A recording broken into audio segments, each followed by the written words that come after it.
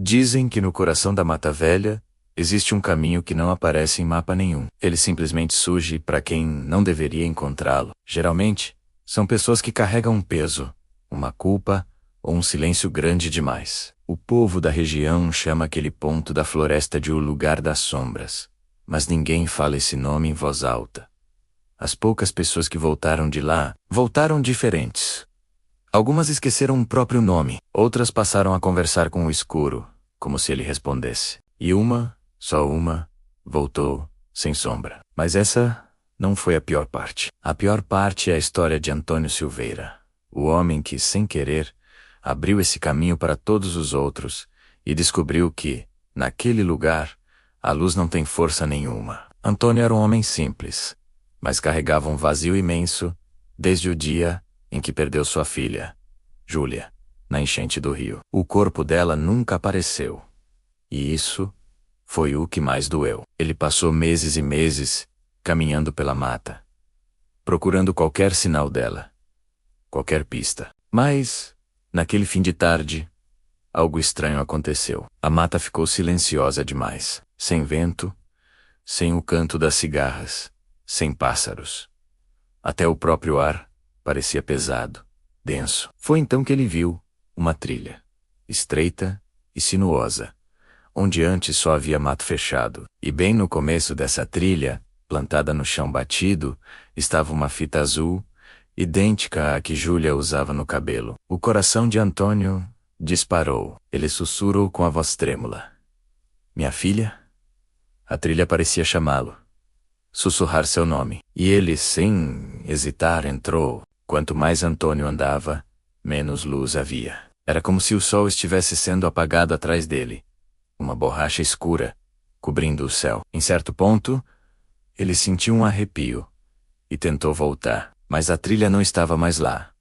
O caminho de volta havia sumido, deixando apenas uma parede impenetrável de mato. Só lhe restava seguir em frente. As árvores se fechavam ao seu redor, com galhos tortos, que pareciam braços esqueléticos tentando agarrá-lo. A mata inteira parecia estar viva, respirando, observando cada passo seu. E em certos momentos, Antônio tinha a certeza absoluta de que ouvia passos leves atrás dele. Leves demais para serem de um animal, leves demais para serem humanos. Mas ele não se virou. O medo do que poderia encontrar era maior que a curiosidade. Quando a noite finalmente caiu, ela não chegou aos poucos. Com o crepúsculo, foi de uma vez, como se uma cortina preta tivesse desabado sobre o mundo. E lá na frente, bem distante, uma claridade azulada começou a brilhar. Parecia a fita de cabelo. Parecia sua filha. Parecia esperança.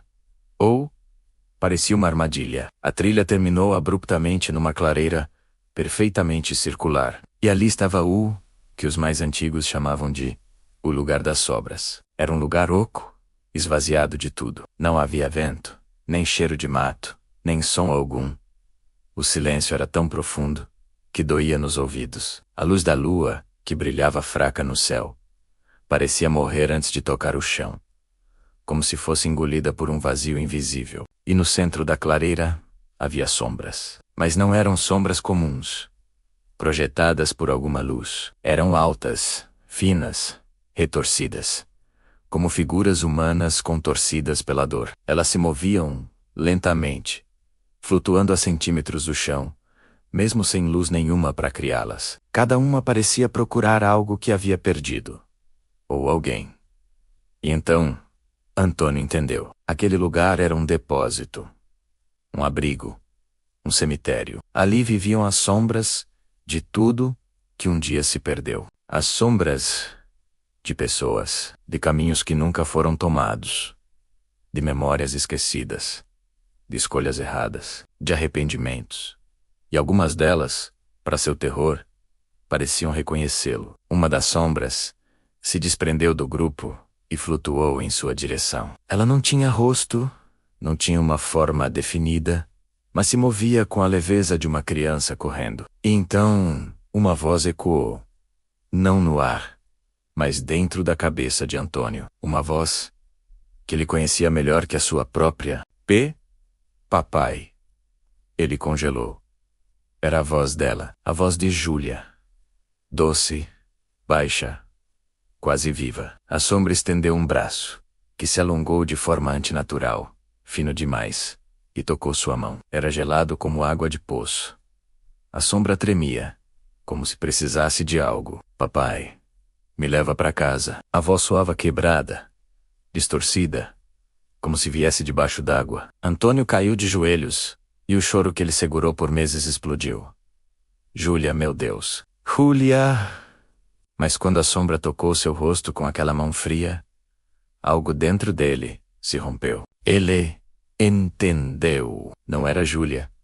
Era apenas o que sobrou dela naquele lugar. Um eco. Um rastro. Um fragmento de saudade preso ali. A sombra insistiu. Papai, estou com frio. Me deixa entrar. Entrar? Entrar onde? Dentro dele. Dentro da alma dele. Antônio recuou, apavorado. A sombra se contorceu, como se estivesse faminta. E então todas as outras sombras da clareira começaram a se aproximar também, atraídas pelo cheiro de sua lembrança, de sua dor, de sua vida. Um pânico primitivo tomou conta dele. E ele correu. Ele correu sem olhar para trás. A clareira desapareceu. A trilha também. A mata agora era outra. Um labirinto torto, invertido, onde o chão parecia teto e as árvores cresciam de cabeça para baixo. Um silêncio opressor era quebrado apenas pelo som de respirações, que pareciam vir de todos os lugares, e de lugar nenhum. As sombras vinham atrás, deslizando sobre o chão como tinta escura derramada, sussurrando em coro. Voltar, não nos deixa sozinhas. Você trouxe luz, você trouxe vida. Antônio tropeçou numa raiz. Caiu, ralou as mãos, mas se levantou no mesmo instante. A cada passo, sentia algo puxando seu tornozelo.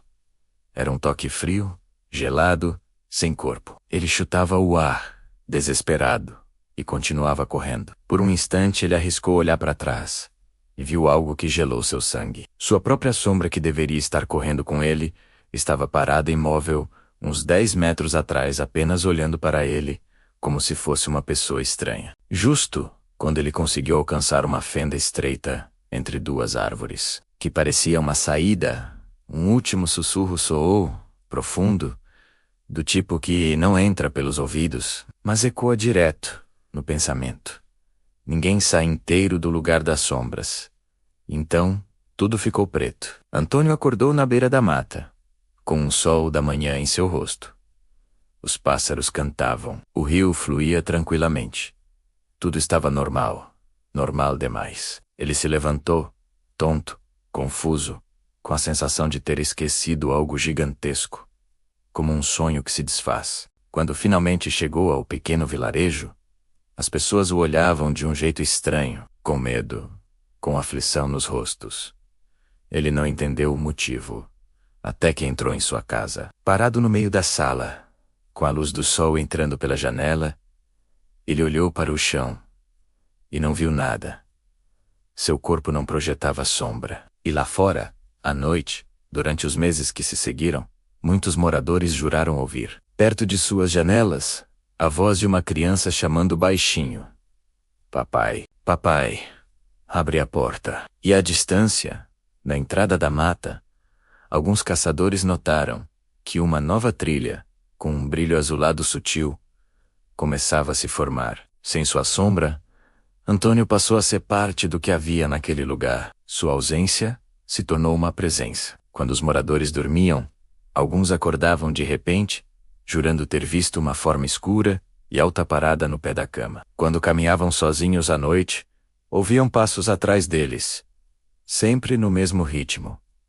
Mas quando se viravam, não havia ninguém. Era uma presença faminta, procurando por algo que havia perdido, algo que lhe fora roubado. Os mais velhos da vila dizem que ele, ou o que restou dele, tenta desesperadamente recuperar sua própria sombra. Os mais novos, com medo, dizem que ele tenta substituir a que perdeu, roubando a de outra pessoa. Mas todos, sem exceção, concordam numa única coisa. Nunca, jamais, siga uma trilha que não estava ali no dia anterior, porque você pode, sem querer, chegar ao lugar das sombras. E o que entra lá, nunca mais volta inteiro. Obrigado por ouvir até aqui. Se você gosta de histórias como essa, não se esqueça de se inscrever no canal e ativar o sininho, para não perder os próximos vídeos. Até a próxima.